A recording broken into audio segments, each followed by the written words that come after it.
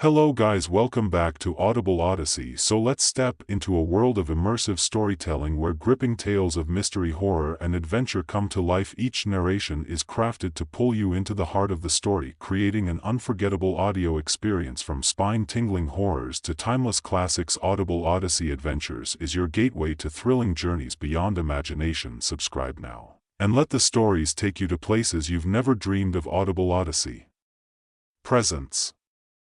Have you ever been out driving late one night somewhere where there aren't that many cars on the road, maybe in the countryside or out on a back road somewhere? I used to love doing that. It was always so peaceful. I lived in a rural area when I was younger, and I'd always leave my girlfriend's house at midnight. On some of those nights when I'd drive home, the roads would seem to play tricks. I was kind of used to it. When you're out on those roads in the woods at night, it's easy for your eyes to see things that aren't really there. I can't tell you how many times the rays of moonlight and headlight beams reflected off the asphalt looked like a person dressed in white standing on the road. The signs on those roads were also sometimes placed at odd angles, like they were put there just to spook you when you came around the corner. It didn't take long for me to become accustomed to that. After I learned to drive, since I lived in an area with many roads going through dense forests and open fields, I learned to quickly make sense of any figures or shadows in the night. However, I did have my fair share of scares that I could never really attribute to the roads playing tricks or even my drowsiness after midnight. I remember one night I was driving back to drop off my girlfriend after a night of shopping. It was raining heavily, and visibility was low. It was unnerving enough driving those roads at night during the best of times, as they were winding and rough with hills and curves that left you unable to see what might be waiting around the next. But it was over the crest of one of those hills that it happened. My girlfriend was completely absorbed in her phone, and I was kind of entranced myself. I had the radio playing pretty loud. It made driving much more entertaining for me, but it also put me into a bit of a zoned-out state. I was only focused on the road and the music. I was shocked out of my trance when I reached a hill to reveal a figure wreathed in black by the side of the road. He seemed so close to my car, like he could reach out and pull me off the asphalt. I got to look at the face of this figure to reveal an almost white visage marred by black eyes. His gaze seemed to somehow lock with mine as I tried to make sense of the image before me. An exclamation leapt from my mouth almost instinctively as I realized what I had seen. We were extremely close to the next road to turn down on the way to her house, which was more of just a slight left than a turn. We were close enough that I began to slide across the other lane of the road, and I urged the car harder than usual to the left to account for my speed. I never let off the car's accelerator until it hit me that the road I was about to hit was nothing but dirt, which began to turn to slippery mud as the rain continued. I pressed the brakes just enough so that my speed didn't send me off the road. I'd never before hit that road so fast and still haven't again to this day. It was about this time, which was probably only a second later, that my girlfriend started to react to everything. She asked me what was wrong. "You didn't see that," I said. My voice was shaky and tinged with fear. "Here." She shook her head. There was someone in all black on the side of the road just walking down it. I was having trouble getting my voice to lower in volume. "Are you sure? It's raining really heavily, no one should be out right now." She said it was a valid question given the heavy rain and the late hour. I know pretty well when I see something that looks like the grim freaking reaper on the side of the road. I know sarcasm wasn't really necessary, but I wasn't crazy. I think her face started to turn to irritation at my response, but she softened when she saw how shaken I was. "I've told you before that there are some weird people that live out here. God only knows what they were doing out there." It was maybe a minute later when we pulled into her driveway. I was still on edge and vigilant in case the man decided to follow my car down the dirt road to her house. Given my speed and the cover from sight that the thick woods and the trees gave us, it was unlikely he was even able to see us get near the driveway, much less see us turn onto it, but that wasn't enough to calm me after the scare he provided. I got her inside, and we sat for a few minutes until midnight struck. By then, I was calm again, but my girlfriend did watch me all the way to my car just in case. Still, that wasn't the worst thing that's ever happened, though I never stopped going down that country road at night. Maybe it was love or just the stupid curiosity for the unknown and unnatural that kept me driving after my. The next encounter, I should add, wasn't a long drive between my house and my girlfriend's house. At the time, it was only about 10 minutes, even less if I sped, which I did often given the rarity of police in the area. One of those midnights, I was leaving her house for the evening when things got a little out of my control. It started out as normal, except for some feeling I couldn't shake as I got in my car. I was definitely tired. That much was certain, but I've been tired for one reason or another many of the times I left there. I opened my music playlist and just picked something I'm partial to, so having something dark and occasionally brooding come out of my speakers wouldn't have bothered me at all on any other night. Tonight was different, though, I just couldn't tell why. It was as if there was a charge within the night. Some electric feeling had my hair standing on end. I tried to tell myself that the feeling was brought on by the drastic drop in temperature. This was probably partially correct, but this alone wasn't enough for me to completely relax. Instead of the quiet serenity gained from seeing the moonlight shine on the pond outside in the field near her house, the water shimmered oddly, creating twisting faces and eyes in my mind. It was all a bit unnerving. It broke that calm that I'd been accustomed to when leaving from there. I continued down the driveway onto the dirt road, music blaring, reflecting the scream down in my soul for comfort. I just couldn't shake the feeling that something was wrong around me. It was when I turned onto the paved county road, that's where things began to get worse. First, it was the trees. As I've said, this was a fairly wooded area, and tonight the wind and the moon came together to bring me visions of figures in the trees. Hollow eyes staring into the driver's seat of my car. This was a mere 10 seconds down the road, and already the night began its march on my sanity. The curves of the road were my next adversary, with a somewhat quickened pace. There were some curves that stopped me from seeing what was around the next bend, and tonight was no different. As I came to the first of these sharp cuts through the woods, I could have sworn I saw a man in the trees above me, hanging by his hands, feet dangling below him. I didn't slow down to get a better look, though, as that was the last thing I was going to do. I shook it off after a moment. "You're just sleepy, you're just being paranoid. There's nothing there." But what if there is? If I passed a man in the trees, then there's still nothing to worry about because he's not going to have any idea how to follow me. My confidence didn't last very long. The next event occurred around the very next turn, though this time it was on the side of the road. As I continued, the road straightened out for a few seconds, revealing another figure on the edge of the tree line. The man in black was there again. The black overcoat that he always wore seemed to twist around him in a strange way. It was as though the black was more of a shadow bending around him as he moved.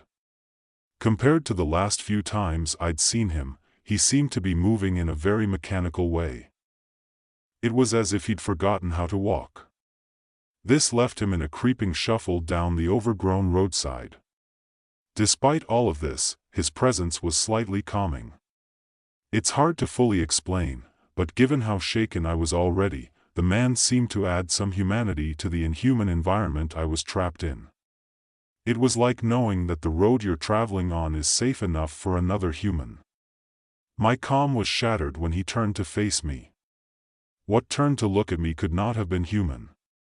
There was no way. His eyes were an abysmal black while the rest of his face was a ghastly white. His face contorted in a maddening smile, piercing the thin veil that was left of my constitution. His clothes curled around him like smoke as his glare followed me while I passed him. His eyes followed me in the rearview mirror all the way down the straight into the next curve. His smile is still burned into my memory. His face was too twisted to be human. I wanted to speed up even more, but I was already going so fast. If I sped up anymore, I risked losing control around one of the turns. I tried to calm myself down again by bringing thoughts of home and safety to the forefront of my mind. I tried to keep my focus on anything else but the events going on around me. My radio was still playing, and I tried to keep my mind on the music. The wind started to pick up as I continued down the road towards my home. Leaves off the numerous trees swirled and danced in front of me. It was in that moment that the air around me ran cold.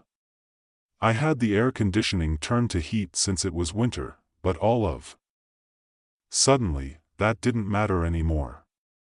I shivered as my skin began to chill in the unnatural cold. Not a moment later, my sight was drawn towards the side of the road again. I tried not to look.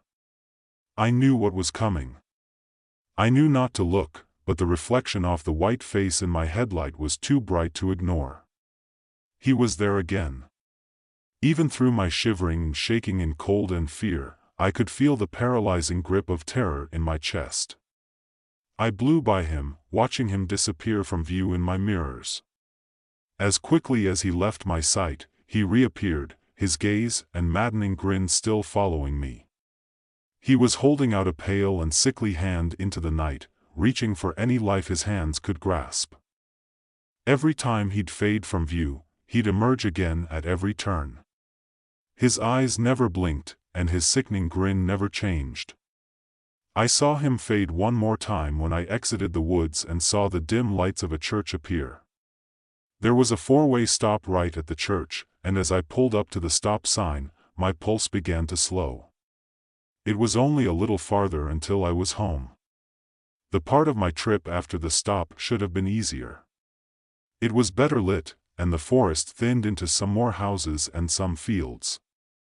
My spirits were lifted as I calmly accelerated away and passed the church and its graveyard. I gazed at the 3 crosses in the empty lot of the churchyard. As I passed by, dim electric lights were unable to prevent what happened next.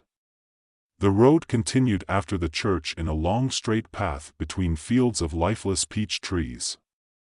On one side of the road, a few small houses sat, some with porch lights illuminating their front stoops. I know my road well.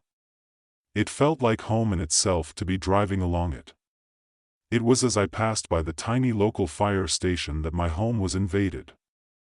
The air chilled again, making my skin crawl with fear and cold. I started to speed up. I was getting home as fast as I could go without crashing into something. My radio began to act up. Songs were now being skipped and paused without warning. Songs would start in the middle and play in reverse. A horrendous static also began to cut through the music, the raw sound acting like an ice pick into my brain. I felt as if my entire world had collapsed. My car was like a barrier to the madness occurring around me. And the walls were breached. Soon, my radio was playing sounds that weren't part of any music, sounds of screaming and wailing that could only be attributed to the dead. I prayed to God that I'd make it home safely, that through whatever means necessary, I'd survive with my body and mind intact. My radio responded. The voice came across my ears. It spoke in a sickly low tone. It sounded like a whisper of wind-breathing voices through my car speakers. It wailed as I sped along the road home, crying in voices ethereal and ancient. The man appeared one more time in front of me. This time, in the center of the road, he was still reaching his hand out towards me, his face still locked in its grimace. I didn't even slow down. I ran through him as fast as I could. I felt a slight resistance as the car made impact. Despite its seemingly incorporeal nature, the radio returned to normal. The air began to warm up again. I'd won. Home was only a moment away. I looked in my rearview mirror. The eyes were still there. I looked back towards the road as I passed the second and final church before I got home in trepidation. I looked in the mirror again. There he was, this demonic man sitting in the rear passenger seat. His face never changed, his murderous grin etched in stone. The air froze, and the speakers blasted static. Yet again, he began to move slowly. I was going up the last hill when I saw his hand start to move in my direction. I slammed the brakes and swerved onto my gravel drive. His hand was still moving. My car slid into its place near my home, and I pulled the keys from the ignition. I heard the sounds die as I slammed the door behind me and ran away. I took a glance towards the back seat of the car. It was empty. I ran up the stairs to the front door. As I fumbled for the keys in my shaking hands, I saw it out of the corner of my eye. He was standing at the base of the stairs, unmoving. I unlocked my door and threw myself into the house, locking the door behind me. I stared out of the window to see if there was even a trace of the figure left, but there was none. I couldn't sleep that night, afraid that if I turned my head away from my door for even a moment, he would appear again. Nothing came to me that night, and I eventually calmed down enough to drive at night again. The next time I drove home from my girlfriend's house, the woods were deathly quiet. Nothing of that magnitude will ever happen again, but on certain nights, when the night is charged with energy and a cold wind blows through the dark, my eyes will glance into my rearview mirror. There will sit a pair of cold, black eyes shimmering in the dark. He will come again. I know one day I'll be at its mercy. I've never again been truly at peace on an empty road at night. So guys, the video has ended now. If you like our stories and want to see more videos like this, please subscribe to Audible Odyssey channel and do all these things, like, comment, share, and subscribe. Enjoy horror and adventure stories like this. So just subscribe to Audible Odyssey. Bye bye.